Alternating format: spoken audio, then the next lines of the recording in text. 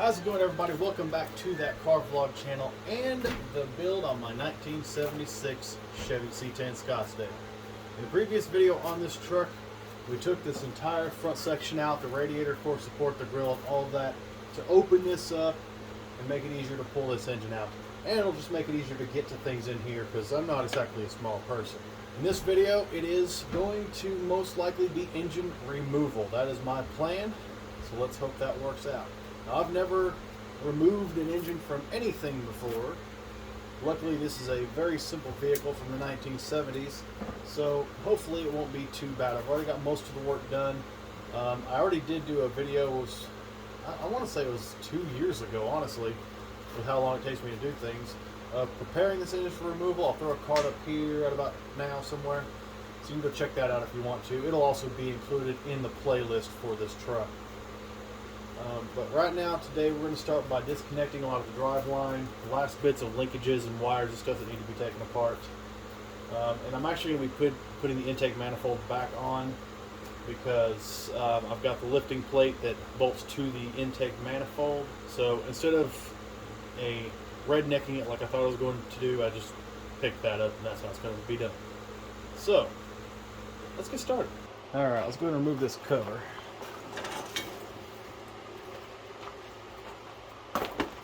I got all this down here, down to the heads. Down to the heads, I've got all the valve covers off, the rocker arms and push rods are out, and we're going to put the intake manifold back on. Now, I've got my board here. It's got all my bolts in it. They're 12.3/8 bolts, and I'm just going to bolt that thing up. I'm not really going to worry about torque or anything like that, because it just needs to be tight so I can lift.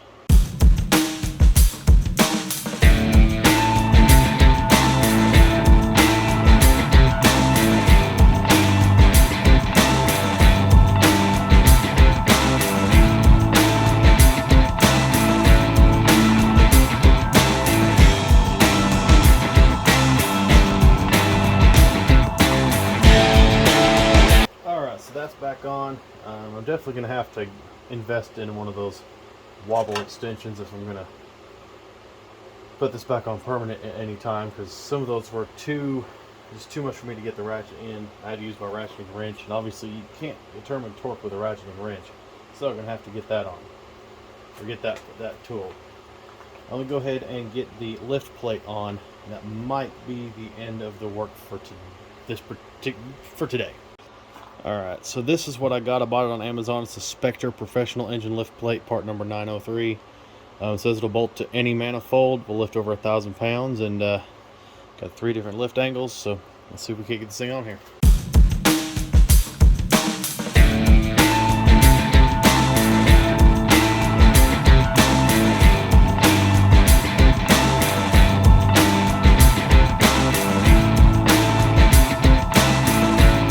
Alright, I've got that on. You can probably see right here there's one still sticking up. I don't think, 2 of those bolts I don't think were ever supposed to be holding the carburetor to the manifold. When I took it apart, there were 2 different types. So obviously somebody had the carb off the truck before I ever owned it and didn't put it back on right. I got them as far as I could. 3 of them are contacting the plate, but that one here on the front passenger side right here, it will not drive any further. So I'm probably going to put some washers in there just to be able to snug it against something. And once I'm done with this, it's probably, unless I can drill those out and tap them and put oversized bolts in them, this is probably going to be the end of this intake manifold. Somebody definitely did this thing wrong before I owned it.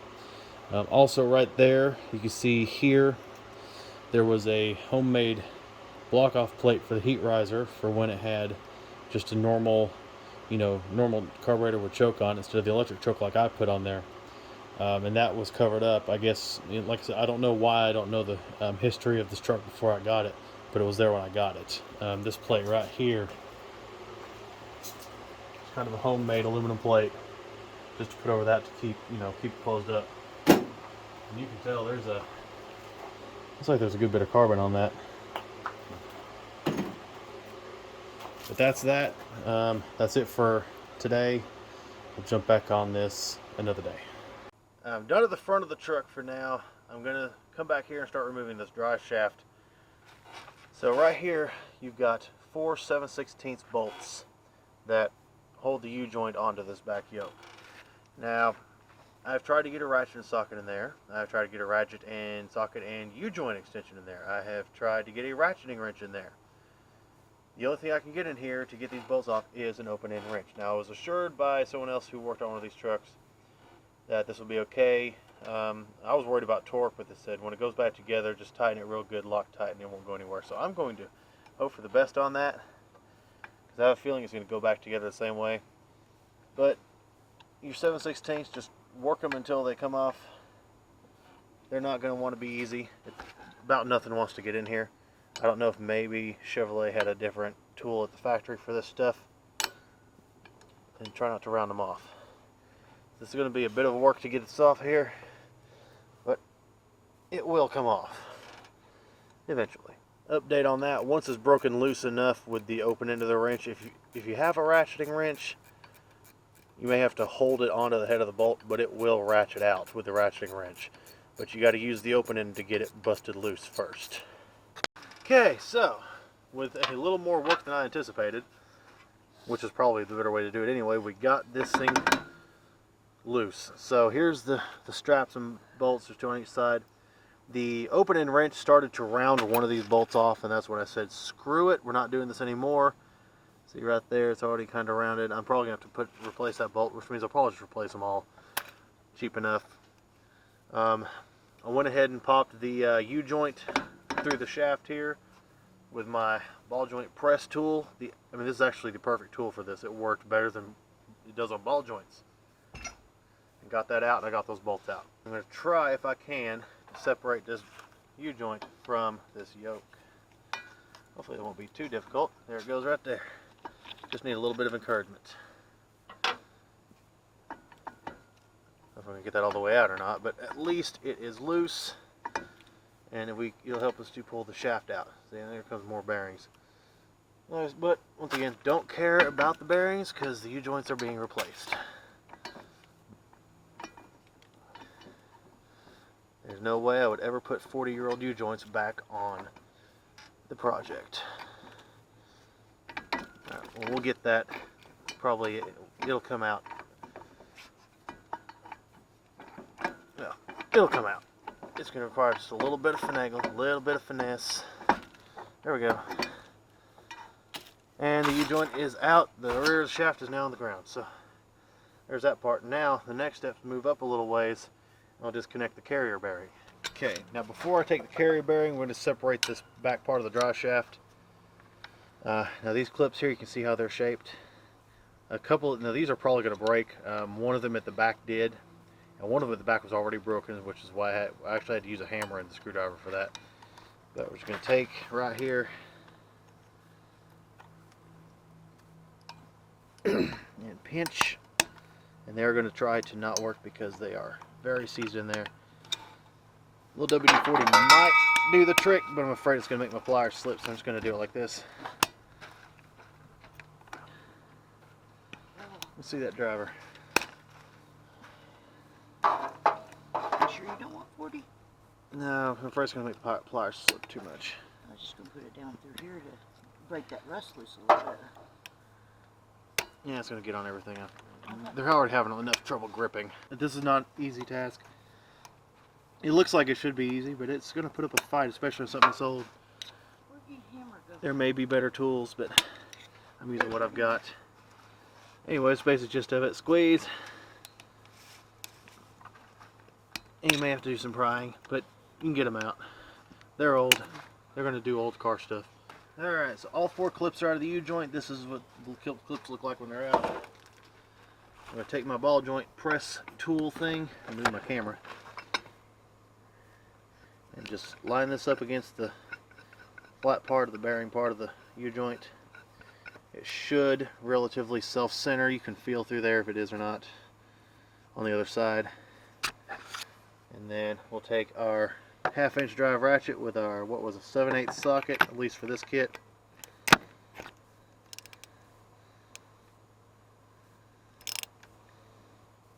Put it in tightening direction.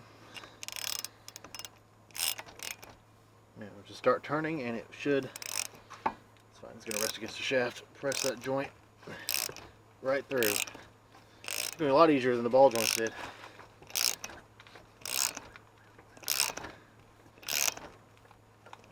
I think that's got it. Loosen. No, it's not moving anymore. I should. I'll loosen it up and go again. May have to loosen up, back off, and go again, but that's the gist of it. That'll get your U-joints popped out of there. And new plan of attack. Now these are partially out, you can tell, but they are putting up a massive fight. So I'm going to actually just separate the rear part of the drive shaft. So this is actually quite easy.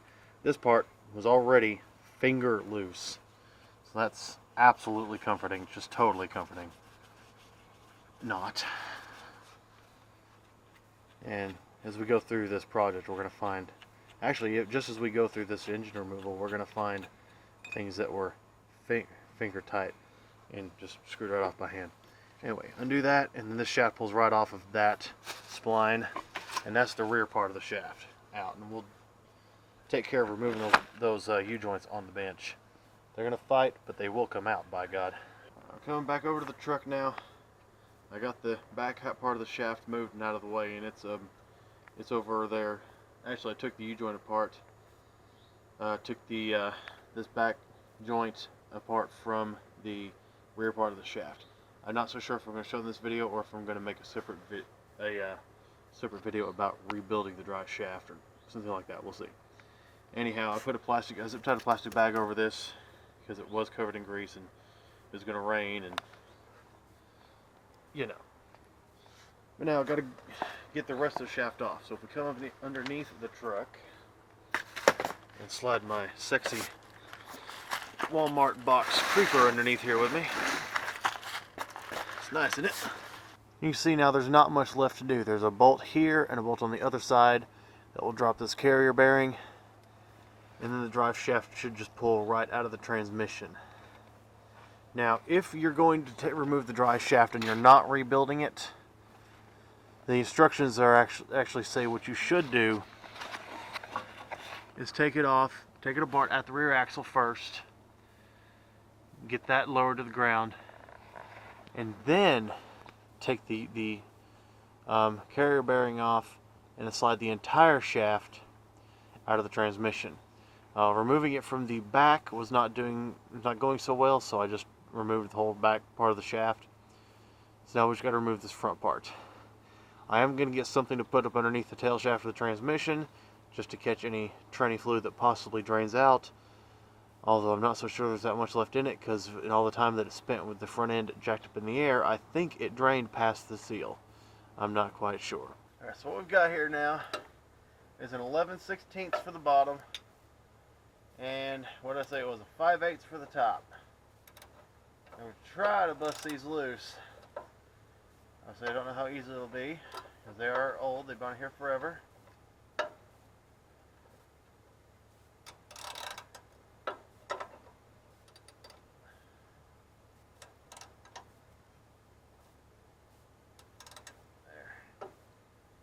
I got them in the reverse direction. It kind of messes with me when I'm looking at them backwards.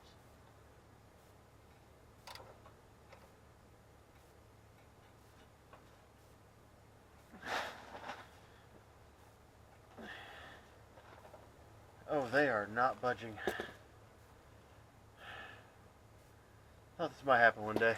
Alright, since the double ratchet plan worked exactly not as I hoped it would, I got an open-end wrench to hold the top, and I put an extender, you know, just something to extend the arm of the ratchet here, and now we're getting it cranked off. So we'll do this on both sides of this carrier bearing, and it should theoretically drop right down. So I've almost got the second bolt out. There's the nut. Hold this up. There's the bolt and washer. And we're going to lower this thing down. Alright, that part is lowered. Carrier bearing is free. Oh, my range of motion down here is horrible. Alright, with the carrier bearing disconnected, you should theoretically be able to just slide the drive shaft right out of the tail shaft of the transmission.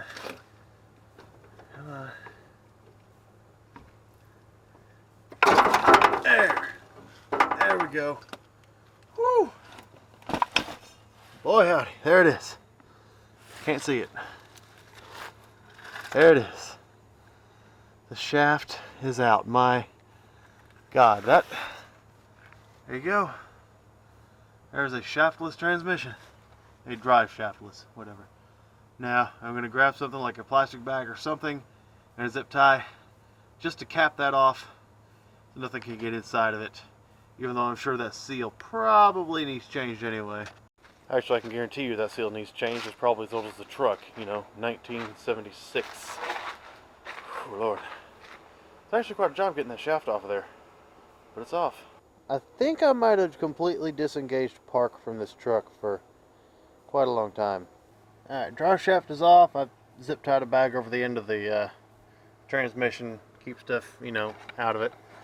Now, if you're able to get these transmission lines off underneath the truck, by all means go ahead and do that and try to pull them out. But with the way these are turned on mine and the space I got to work with, even though I did go buy some flare nut wrenches, I'm just not going to be able to get those off, just with mainly the way they turn and the space that they're in. So I'm just going to have to very carefully pull the engine and trans with those still attached. But I can still detach some other things, so let's go to the other side. Okay, coming over to the driver's side, if we look here against the frame, that's where our shifter linkage runs down from the firewall down underneath the truck, and then it moves over here to the transmission. Right there is where that hooks in. We want to pull that pin, and we can push up on that rod, and it'll disconnect. So here's my needle nose. I'm going to try to keep some light on this if I can. And my needle nose, pull that pin out. It flies off somewhere. And excuse the shakiness. And there we go. Shifter linkage is now no longer connected to the transmission. Yay. Alright, with the shifter linkage disconnected, now we'll take care of the speedometer cable. Right here's where that attaches. This is like a gear reduction box, which then goes into the transmission. We're going to disconnect the cable right here, so get you a pair of, you know, slip joint pliers, some channel locks, something, and just grip that thing and twist it. There we go. Once you break it, you should, hopefully you should be able to just twist it off by hand. There, it's going nicely. Camera footage is shaky again, and we're out. Tuck that away. We're one step closer. Alright, next to the transmission mount, you see that, maybe see that right up here. Here are the two bolts for it. They're 5/8 without an extension. I'll pop those loose, get them out of there. And back up top in front of the truck, I've got my engine hoist set up. I've got a piece of plywood underneath it because I am on gravel. And another piece over there so I can roll it around. I'll go get my light. I forgot my light. It's very necessary. Now, I have already set up the engine hoist to set to 1 ton, which should be more than enough. And it's already hooked to the lift plate. Now, I've started to lift it just a little bit, just enough to take the weight off these mounts. Now, right here, I've got a 5/8 wrench on the head of the mount through bolt, and the nut back there will be an 11/16 socket. Alright, there's the ratchet and 11/16 socket. I've got my extension here for leverage because, of course, all my tools are hand tools. We're going to bust this thing loose if we can. It's not going to be easy because it's, well, it's a 45-year-old engine mount. But there it goes. Leverage is key. We'll get that nut off and get this bolt out. Alright, the nut is out, so let's take the wrench off. And just it looks like I can just, pull this through bolt right out. So there's one side. Let's get the other side. Okay, on the passenger side, I don't know if all these 70 C10s are set up like this, but look here. On the front of the motor mount, instead of having a bolt head, we have this little deal here, which looks like a nut in a cage or something. It's kind of odd. And then on the back side is the 5/8 bolt head. So you want to put a 5/8 on your ratchet and take that out there. Now, I did start turning this, and this does spin within that nut. It's not like the whole assembly is spinning inside the motor mount, or whatever on either end, so this will pull the bolt out no problem. But just look out for that. I don't know if all of them are like that or just mine, but this is what I'm finding on mine. Alright, and with that, I did start to lift the engine, and we are pulling away from the frame now. So the engine is resting now on that hook and plate. So I will put it back down for the night, or until, you know, time to actually pull it. Right now it's dark and I don't have a set of helping hands, just for safety. So come back when I have light and an extra set of hands. Alright, here's a reason to always double check everything before you actually pull this engine. Right here is the connection for the oil pressure tube that runs into the side of the gauge. That has to be disconnected. I've got this here, this 5/16 wrench. I'll just turn that and pull that out. Took all this wiring harness junk out of the way, and it looks like we should be able to pull it. But always double and triple check, make sure you're not going to tear anything up. Alright, I've got my helping hands with me today. We're going to get this thing pulled out. This may turn into a time lapse, or I might just show you the finished result. Don't know. But here we go. Everything is disconnected. I double, triple checked it. Everything was disconnected. Like I said, got that oil pressure tube disconnected and tied up out of the way. It looks like everything is good, so we're going to be very careful, try to pull this thing out, and hope it works.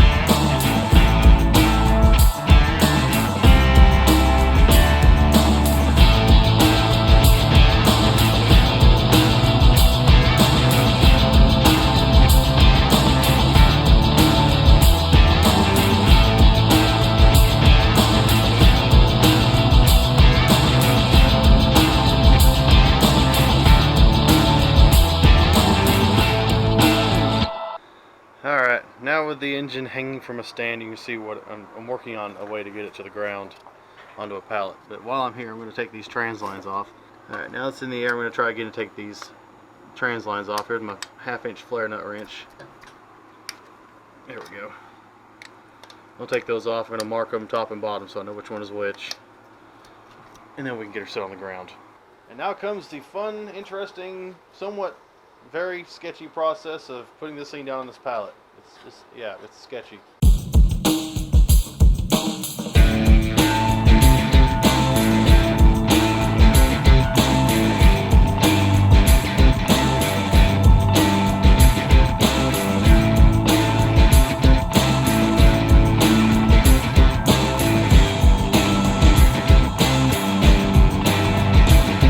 There it is. It's on the ground. It's stripping a little bit of stuff. Apparently there was some antifreeze still in the, I figured there would be in the system. It's coming out the hole for the temp sensor, but we'll take care of that. I did my best to set down a pallet. Should not have done that. Should have just set it straight down on the plywood. So oops. But I'll figure it out and get it raised back up enough to get the tranny off and get it on a stand eventually. But that's it. The engine is out, and you know, the truck is about 700 pounds lighter, so that's something. Now we have a completely empty engine bay. Now, more work can begin as soon as I figure out what the hell I want to start doing and how I'm going to do it. Well, there it is. That's going to do it for the engine removal on this truck. It has officially been removed, as well as the transmission. My God, what a job. I can only imagine doing that on a modern car. That sounds a lot worse. We'll get to this whenever we're able to, get to the next step in the process. I'm not exactly sure what that's going to be or when, you know, considering time and money, but we'll get to it. Anyways, hope you all enjoyed watching this process, and thank you guys for all who have followed along on all the videos with this truck. This video will be in a playlist with the rest of them, so if you want to go check it out from the beginning, please feel free to do so if you're new around here. Also, if you're new to this channel, make sure to subscribe to it if you like what you see. Like this video, share it if you feel so inclined, and go follow me on social media at that Car Vlog channel, Facebook and Instagram. Also check the description below for a list of cars I would be interested in reviewing and driving on the channel. I'm always looking to review cars as well. If you have anything you'd be willing to offer me to do that with, hit me up on social media. Anyways, thanks guys so much. We'll see you in the next one.